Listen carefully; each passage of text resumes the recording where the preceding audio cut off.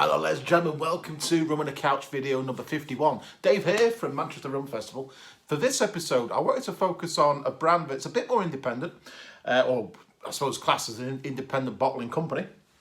And I've got 4 bottles here, but they've done many over the years. And I'm actually a big fan of their social media because the way they present it has a beautiful sort of, I don't know what's the word to use, high quality sort of feeling about it. You know, you're going to get some of the best from the different islands, the different countries that they've sourced from all the different distilleries within that area as well.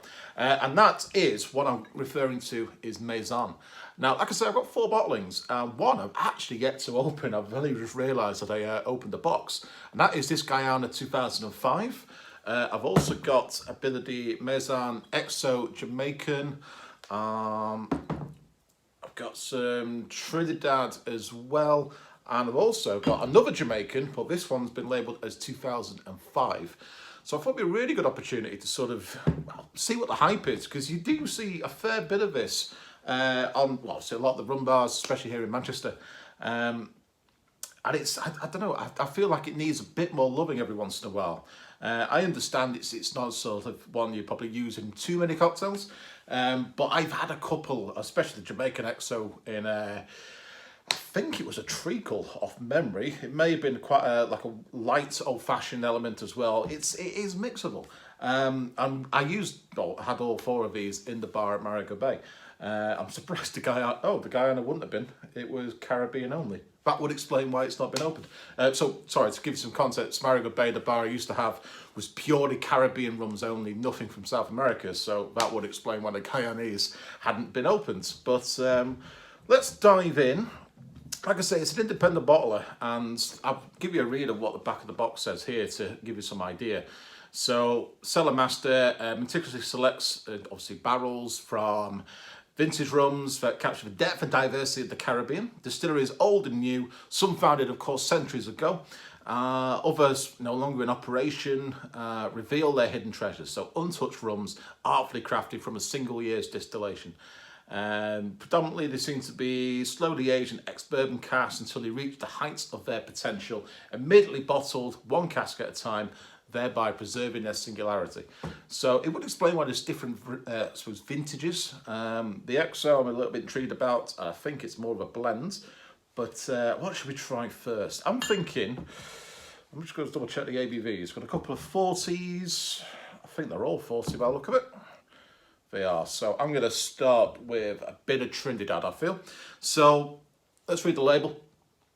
Vintage barrick aged, small oak casks, distilled in 1991. It is 40% ABV. Column still at a now closed Coroni distillery in September of 1991. Aged in small oak cask for 19 years prior to being bottled 1 cask at a time in April of 2011. So it's some good transparency there. Good to see Coroni as well. It's a famed distillery, obviously now, as it says, closed in Trinidad. But they are very sought after. Haven't had too much education in Coroni in regards to the rums that have come from there, mainly because a lot of the things I've come across that have originated from there seem to be a bit more on the higher price. So it's not as easy to get hold. But, oh, hello. That's very fruity. Orange peel, orange water straight away. I get a little bit of, it's a lot more berry notes, sort of flesh, tangerine, a little bit of, I say a little bit of pomegranate, like pomegranate seed. It's incredibly fruity. Not too potent. It's not something that's going to, kind of like scare you away.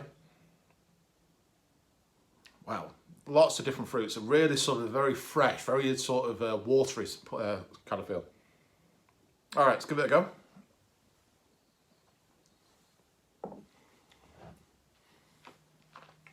Exactly the same on the palate. All those fruits, wow, really sort of lifting up now. Surprising, it's only 40%. It feels a bit more 45. 46% ABV. There's so much going on. In a weird way, and maybe just from a UK point of view, it actually tastes a little bit like umbongo. You get a real sort of juicy freshness of fruits coming through. You do get an underlining element of actual rum itself. You know, you get the fact that it is a rum in your mouth. But wow, I'm surprised I've not drank more of that. I think it's been a while since I've had these, to be fair, so it's good to sort of revisit. That's a beautiful flavour profile. It's incredibly fruity. It hasn't really got anything like vanilla, toffee, fudge, you know, kind of leather notes, wood oak. None of them are more, I suppose, what a lot of people would expect rum to taste like. That's not the primary. They are there to an extent, but not the primary elements of this one at all.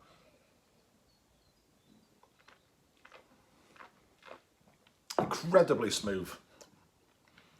God, that's fantastic stuff. It really is. That is one to share with people I like. Yeah, I'm liking that as a fantastic start to my Saturday. Oh, yes. Right, so that's from Trinidad. I'm thinking, I want to kind of keep Jamaicans to the end. So, like I say, this is actually, I've never opened this. So, Guyana 2005. Got some tasting notes on the front, so I'll try not to read them, otherwise I'll get influenced. But the back says 40% ABV, Guyana 2005 from the Diamond Distillery. Distilled in a double wood and pot still from the original Port Morant estate, which was founded in 1732. When the estate closed, the still was first moved to the, oh, I can never pronounce that one. I know I'm going to give it a go. I'll spell it. UITVLUGT Distillery.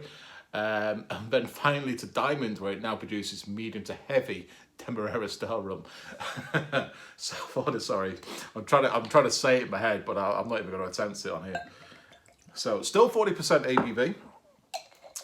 And like I say, this one actually came in a box as well, so I can't remember if the others did, but it's always nice to get a beautiful presentation. Very light in colour, especially compared to the Trinidad. Oh yes, that's Guyana. You get a lot more kind of blackstrap molasses element to this. A little bit more potent, not as fruity as the Trinidad at all. But you do get elements of sort of kind of ripe, what's that, like a raisin, sort of sultana element to this.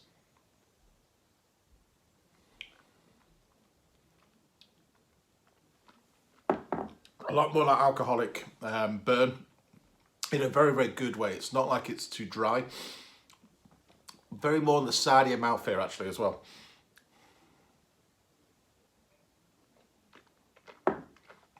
Soft, a lot more of the woody note starts to come through with this. You get a more seasoned element to this one. And not too rich compared to, say, other Guyanese rums you may come across, things like Eldorado. It's not a patch on that at all. It's very, very different despite coming from the same distillery. So it really shines what the Diamond Distillery can offer. That's a fantastic show. I'm liking this 2 out of 2. And to give you an idea, it actually says, like I say, tasting notes on the front. So deeper tropical touches. Oh, eucalyptus. I didn't really get much of that. Although it is a fresh, there may be a impact on that. On the palate carries some balanced ginger, guava and banana, and oaky light citric finish. I get that. I didn't really pick up the ginger, guava and banana too much, but now I say it, I do get hints of it. So it's good to not read the tasting notes and make your own decisions on these. Right, let's hit some Jamaican. I'm going to go for the XO. The XO is one you come across a little bit more in some of the bars around the UK. Still 40%. So the quick read on the back, I'm a little bit wary at the time. So small batch, 5,000 bottles, carefully blended from rums produced by several different Jamaican distilleries, so not just one.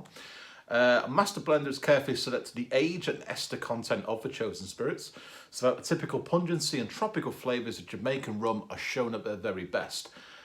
Each batch of the Mezan XO is re-aged following the blending to encourage the marriage of flavours and enhance the structure and subtlety of the rum. And it also actually emphasises unsweetened, uncoloured and only lightly filtered. So again, beautiful sort of colour. I know you can't see it too well on here, but so we've got a blend of different Jamaican distilleries. So off memory, you've got the likes of Hampton Estate, you've got Worthy Parks, Appleton Estate. I don't think I've ever really sort of made rums in bulk for blending like this, but you do have the Clarendon, the Long Ponds, Money Musks. So you're not lacking distilleries in Jamaica to really make something amazing. So Now, it's not overly high proof on this. You do get a lot lighter, a lot thinner on the aromas there. Bit of honey water, slight butter, a little bit of fruit, I'd say pear in there.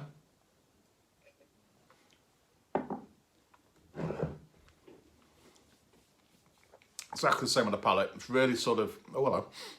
It's actually growing quite a lot. That's a nice Jamaican. Really sort of opens up very slowly. Got to a beautiful sort of crescendo with what I would say is a beautiful kind of butter, slightly oily. Oh wow, that's it's actually quite hard to describe.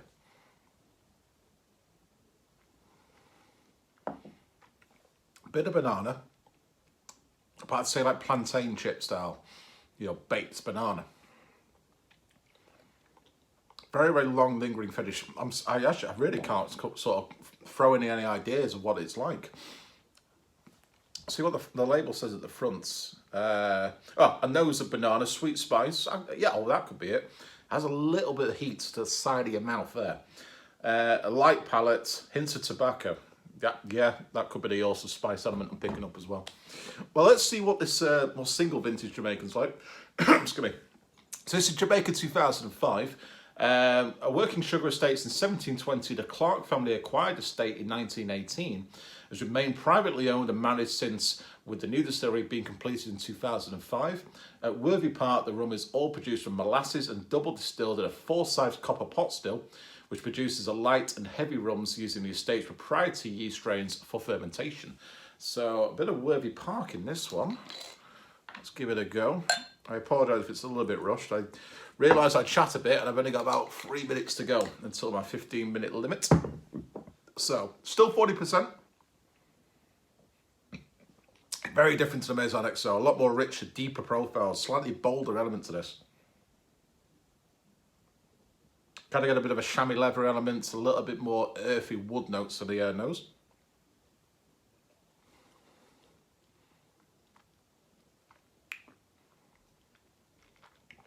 Interestingly, it reminds me of a Glenfiddich. Sort of a 18-year-old Glenfiddich Scotch whisky. That's interesting. Not as high ester profile as I'd expect, and it's lacking the sort of I don't know, the thin hit. I know that may not a lot of sense, but the thin hit that Mezan XO offered. I understand that's a blend of different Jamaican rums, and they obviously do pronounce the word ester on the back, so they've gone for that slightly higher count, which offers, in my mind, a really sort of lively profile. But this is very similar to, this is perfect for a whiskey lover to get onto rum.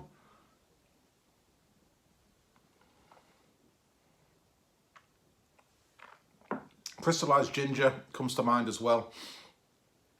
Again, baked banana, but also kind of like a papaya style. There is a hint about sort of drier fruits, yet also the flesh of it. I know that doesn't really make a lot of sense, but there's something else that I can't think what it is. Has it got any? Yes, it does. So on the front here, a lightly spiced banana loaf. Oh, yeah, we've got the banana. Grassy lemon, with delicate tropical honey on the nose, a balanced flavour with some higher ester hints and a light sweetness at the finish. Yeah. Like I said, I didn't pick up the higher ester myself, but I feel like that may have been the impact of the XO, but I've just straight before it. I'll tell you what though, it's incredibly easy to drink, and it does remind me of a Fiddick, which is interesting. Like I say, it gets whiskey lovers back onto rum, or introduced to rum as well. Well, ladies and gents, I'm hoping that gives you a good idea what Mezan's all about, the independent bottler. There's many other bottlings they've released over the years, and I'm sure will release in the coming as well. Check them out on social media if you like the interest of it. Maybe head to Tipples in Manchester, check out Master and Malt or Whisky Exchange, Royal Mile Whiskies as well. You're not really lacking any options these days to pick up something amazing from the Mezan range. Other than that, I will see you all on the next episode of Rum on the Couch, hopefully within the next week. Enjoy!